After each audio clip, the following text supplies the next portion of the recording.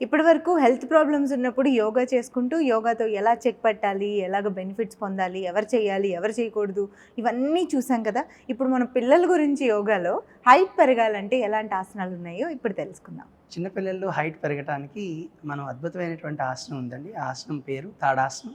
అది ప్రతిరోజు మీరు 50 to 100 ఇది చేయటం ద్వారా మీరు హైట్ పెరుగుతారు తప్పనిసరిగా. సో ఆసనం ఎలా చేయాలో మనం చూద్దాం. కాళ్ళ మధ్య అరడుగు దూరం తీసుకుంటాం.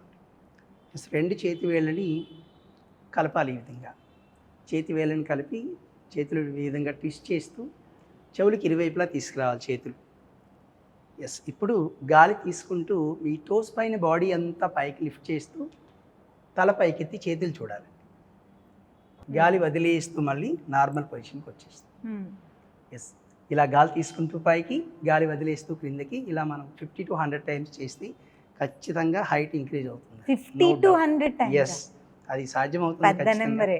చాలా ఈజీ అండి. కాకపోతే పిల్లలు కాబట్టి చేయగలరు. వాళ్ళే పెరుగుతారు కాబట్టి వాళ్ళు చేయొచ్చు అండి. ఖచ్చితంగా హైట్ ఇంక్రీజ్ అవుతుంది.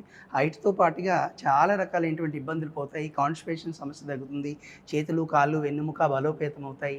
సో బ్యాక్ ఇష్యూస్ రాకుండా ఉంటాయి. నీ పెయిన్స్ ఉన్న వాళ్ళకి కూడా నీ పెయిన్స్ని కంట్రోల్ చేస్తాయి. సయాటికా ప్రాబ్లం ఉన్న వాళ్ళు కూడా ఈ ఆసనం చేయడం ద్వారా సయాటికా పెయిన్ తగ్గుతుంది. అయితే పిల్లలు హైట్ పెరగడానికే కాదు, ఎవరైనా చేయొచ్చు. చేయొచ్చు అండి. ఓకే.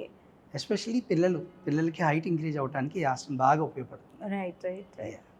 సో చూసారు కదండి, పిల్లల కోసం అయితే హైట్ పెరగడానికి ఆసనం వేసుకోవచ్చు.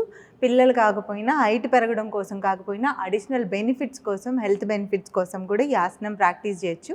కాకపోతే పిల్లలు కాబట్టి 50-100 వాళ్ళు ఈజీగా చేయగలుగుతారు. పెద్దవాళ్ళు అయితే కాస్త మీ స్టామినాని బట్టి చేస్తే సరిపోతుంది.